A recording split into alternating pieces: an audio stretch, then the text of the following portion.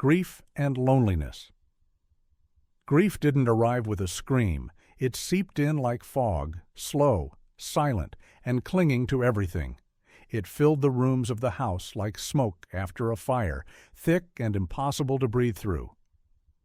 She didn't cry at the funeral. The tears felt like they belonged to someone else, someone who still had the energy to break open. She simply stood there, hands folded, her face a porcelain mask that everyone politely avoided. Afterward, silence settled like dust. She moved through the house as if it were someone else's, someone who had once loved and been loved back. The kitchen still held the echo of his laughter. The worn armrest of the couch remembered his shape. She found herself making coffee for two, placing a second cup on the table out of habit. Her hands remembered, even if her heart had forgotten how to beat without pain. She couldn't sleep in their bed. The emptiness on his side was too vast, too real. So she slept curled on the couch, with the TV murmuring in the background as if the flickering voices could distract her from the void. Some mornings she would sit by the window for hours, staring at the garden he once tended. The flowers bloomed despite him, and that, somehow, felt like betrayal. She avoided mirrors. She couldn't bear the sight of her own face, thinner now, with shadows under the eyes that no amount of rest could erase. There was a stillness in her she couldn't shake, a numbness that ran deep. People called at first, brought casseroles and sympathy wrapped in soft voices. But grief, she discovered, made others uncomfortable. They stopped coming. The silence returned, heavier than before. She did not want to die, but she also didn't know how to keep living. Unexpected connection. She didn't recognize him at first. The man standing at the gate was taller, broader, his face carved by time she hadn't counted. It wasn't until he said her name, softly, almost unsure, that memory found him. "Jason," she whispered. The name felt strange in her mouth, familiar and foreign, like a book she'd read long ago and forgotten the ending. He smiled shyly. That same lopsided smile he had as a boy, though it looked different now, resting on the face of a man. He carried a small bag, said he was in town visiting his mother. Thought he'd stop by, just to check in. She nodded, stepping aside to let him in, unsure why her heart had quickened. They sat at the kitchen table, the same one where he and her son used to eat cereal and laugh about things she only half understood. Now there was a quiet between them, soft but charged, like the air before a storm. He asked about her, how she'd been holding up. She lied, gracefully. He didn't press. Instead, he spoke about himself, about teaching high school now, about how strange it felt to be older than the students he once was. He told stories, easy ones. She listened, not so much to the words as to the rhythm of his voice. There was comfort in that voice, a groundedness, as if the world outside might still be moving, but here, just for a little while, time had stopped. He stayed longer than he probably meant to. Evening stretched across the walls, softening the corners of the room. When he finally stood to leave, there was a hesitation, brief but unmistakable. "It's good to see you," he said, and she believed him. After he left, she stood at the window, watching the shape of him disappear down the street. The house felt different, not fuller, not quite, but less hollow. She didn't sleep that night. Her mind replayed his voice, the way he leaned forward when he spoke, how gently he looked at her, like he wasn't seeing a widow, but a woman. And for the first time in months, she didn't feel entirely invisible. The first time he touched her, it was an accident. His fingers brushed hers as he passed her a book, light, fleeting. But it jolted her, as if someone had flicked a switch in a room long dark. She pulled her hand back too quickly. He noticed, but said nothing. Just offered a quiet smile, eyes steady. And somehow that was worse, his calmness, his patience. As if he knew what he was awakening and chose not to rush it. She told herself it was nothing, a moment, a spark that would die on its own if left alone. But it didn't. It grew in the silences between them, in the way his gaze lingered half a second longer than necessary, in the stillness that settled whenever he was near.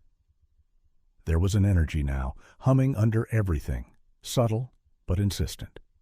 He came by more often, always with something small, tea, a newspaper, a book she might like. He stayed longer, too, helping with small things she didn't ask for, fixing a broken drawer, replacing a light bulb, making her feel tended to, and she hated how much she looked forward to it. One night, he stayed late. They sat in the dim light of the kitchen, the kind that makes everything look softer, almost unreal. The tea had long gone cold, their words had run out, but neither of them moved to end the evening. Her hand rested on the table. His was close, too close. She didn't look at him when he touched her this time, his fingers gently finding hers, holding, not gripping, just there, solid, warm. A breath caught in her throat, her whole body stilled, listening to that one point of contact like it might tell her what to do. "I don't want to make you uncomfortable," he said quietly. "You don't," she answered. It surprised her how steady her voice sounded. Inside she was shaking. Their eyes met. There was no rush, no sudden pull, just a slow building current that had been waiting for this exact moment to find the surface. When he leaned in, hesitantly, tenderly, she let him. His lips met hers with a careful reverence, like touching something sacred. Her hands trembled, but her mouth answered. It wasn't passion, not yet. It was need, human and raw.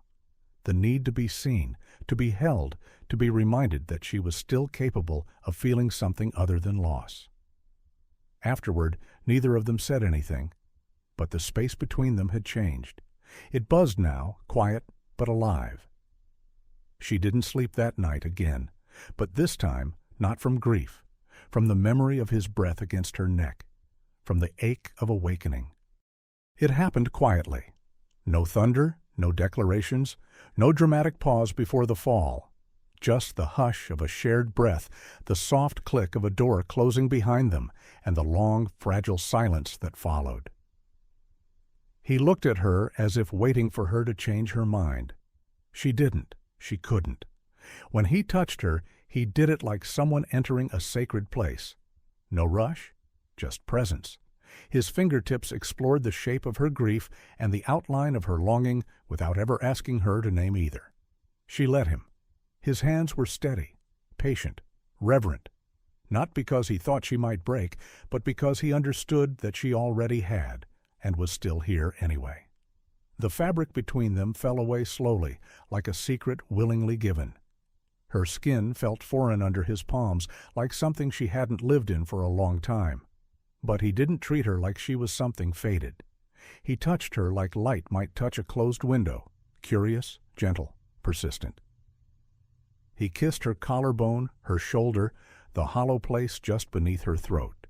Each place responded with something she hadn't felt in months. Heat. Not the heat of lust, the heat of returning. She tried not to cry.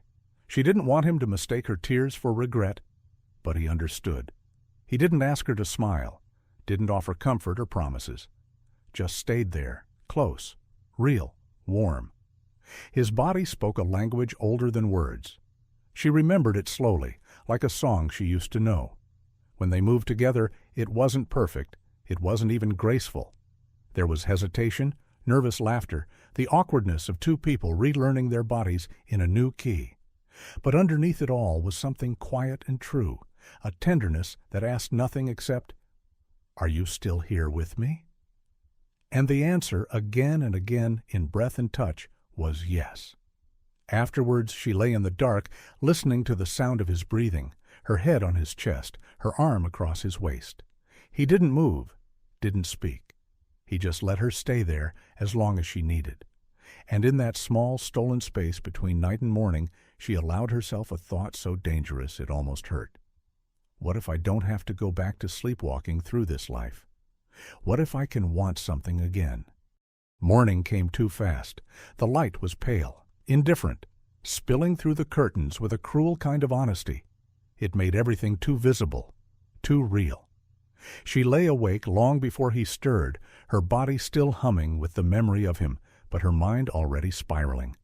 The shame crept in slowly, not because of what had happened. No, the night had been tender, needed, but because of what would come next. The consequences, the questions, the eyes of others, imagined or real. She turned on her side, carefully sliding her arm away from where it rested on his chest. He didn't wake. His face, softened by sleep, looked peaceful, trusting. That made it worse. In the quiet of the room, the ache returned, not in her body, but somewhere deeper, that place where grief lived like a tenant that refused to move out. She rose and pulled on her robe. Her steps were light, instinctive. She moved like someone trying not to wake a memory. In the kitchen, the cold floor bit at her feet. She stared at the kettle, not really seeing it. A voice in her head had started whispering again, the same voice that had haunted her since the funeral. "What kind of woman are you now?" He came in not long after, shirt still unbuttoned, hair a little unruly. He looked at her like nothing had cracked, like they were simply two people in the gentle afterglow of something real. "Morning," he said softly. She didn't turn around. "There's coffee," she answered. He walked closer, close enough to touch her but didn't. She felt his restraint like a second presence. "Are you okay?" She nodded, too quickly. "I don't regret anything," he added. His voice was calm, grounded. "But if you need space, I understand." She looked at him then, finally, and for a moment she hated how kind he was being, how patient. It would have been easier if he were careless or selfish. "I don't know what this is," she said, her voice brittle. "I don't know what I'm doing." "You don't have to," he replied. "We're not naming it. We're just here." But she wasn't sure she could be just here. Her mind was already racing down roads she didn't want to walk. Age, judgment, her son, the memory of her husband, not yet distant enough.